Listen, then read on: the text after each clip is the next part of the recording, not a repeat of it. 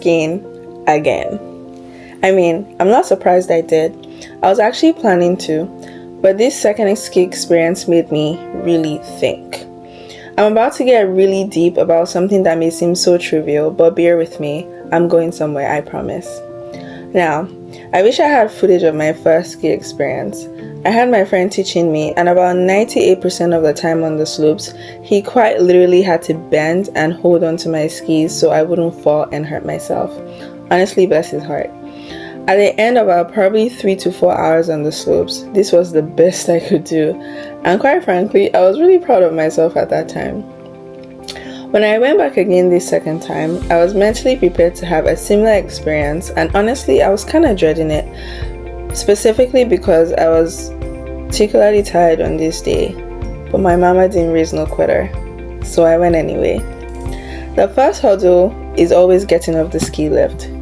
We were both prepared for me to fall because I fell every time the first time we went, but lo and behold, I got off without falling. I think unconsciously that may have boosted my confidence a bit, because as soon as I started going down the slopes, I was moving like I had done it successfully before. Now, this was not a transformation to a pro level skiing, even though in my head it really felt like it was. I fell a couple of times, my legs and my thighs were on fire, so much that they were shaking at some points, but I was still amazed by the progress that I made. Like, you mean these are the same people just one ski practice apart? Now this is where I start to get a bit deep with things. I'm finding it a bit challenging to articulate where I was mentally when I started on this second day. I think a part of me went just to fulfill all righteousness, so I could tell myself that at least I tried. But in retrospect, I have a few thoughts, and the first is the power of the mind. My mind was in such a different space that if I had acted based on what I was thinking, probably wouldn't have even left my house that day. And no one would have been able to convince me that I would have performed as well as I did on this second day. It truly was beyond my imagination. Not that I didn't think I'd ever be able to do this, but I didn't dream that by my second practice, I'll be able to move comfortably on my own. I bring up this point because I saw it as a reminder to always be aware of where your mind is at.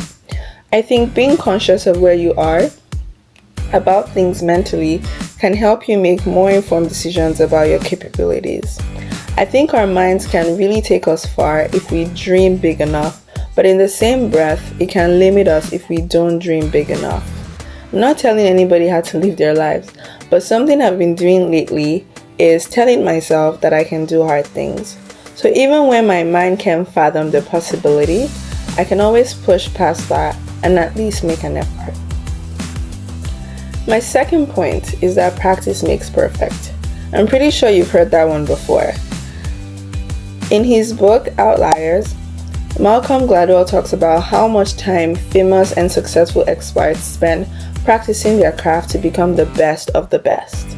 And in summary, it takes about 10,000 hours of practice to achieve expertise on any skill. That's 416 days. A year and 2 months-ish, for more context. If you're like me and you somehow think you should be great at something the first time you try it, first of all, let's start a support group. But second of all, this point is specifically for you. You have to practice to get really good at things. I tend to pick up new skills pretty quickly, so when I try something and it doesn't click right away, it's relatively easy for me to get frustrated and to drop it. So I need to be reminded, apparently, that you get better at things the more that you practice. Who would have thought? It seems so obvious, but I feel like sometimes it's easy to forget in the moment. So even when something doesn't feel like fun, just keep practicing. Maybe make a pact with yourself and say, like, I'm only allowed to stop learning this after I've practiced for 416 days. This brings me to my next point, which is where self-motivation stops, discipline begins.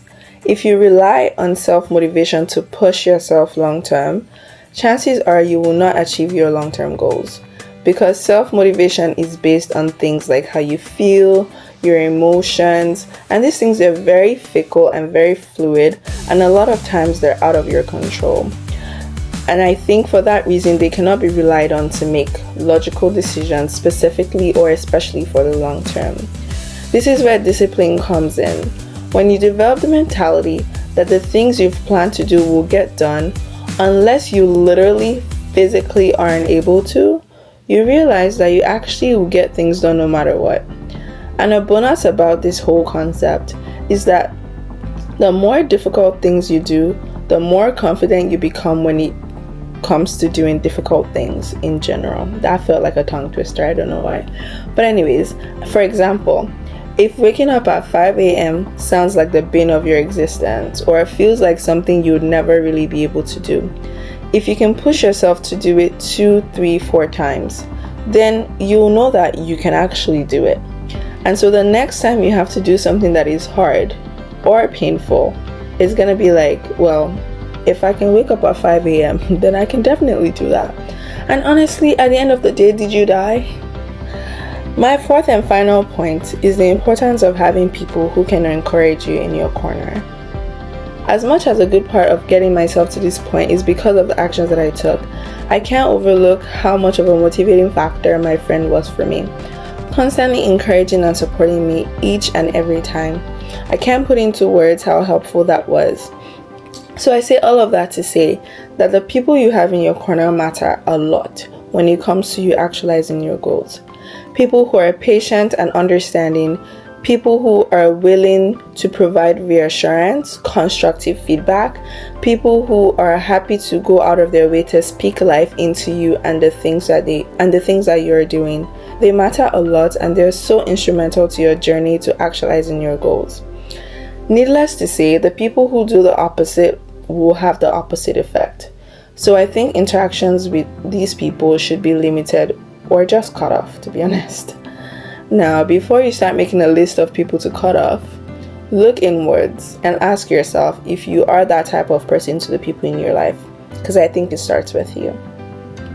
Anyways, that's what I kind of had on my mind for now.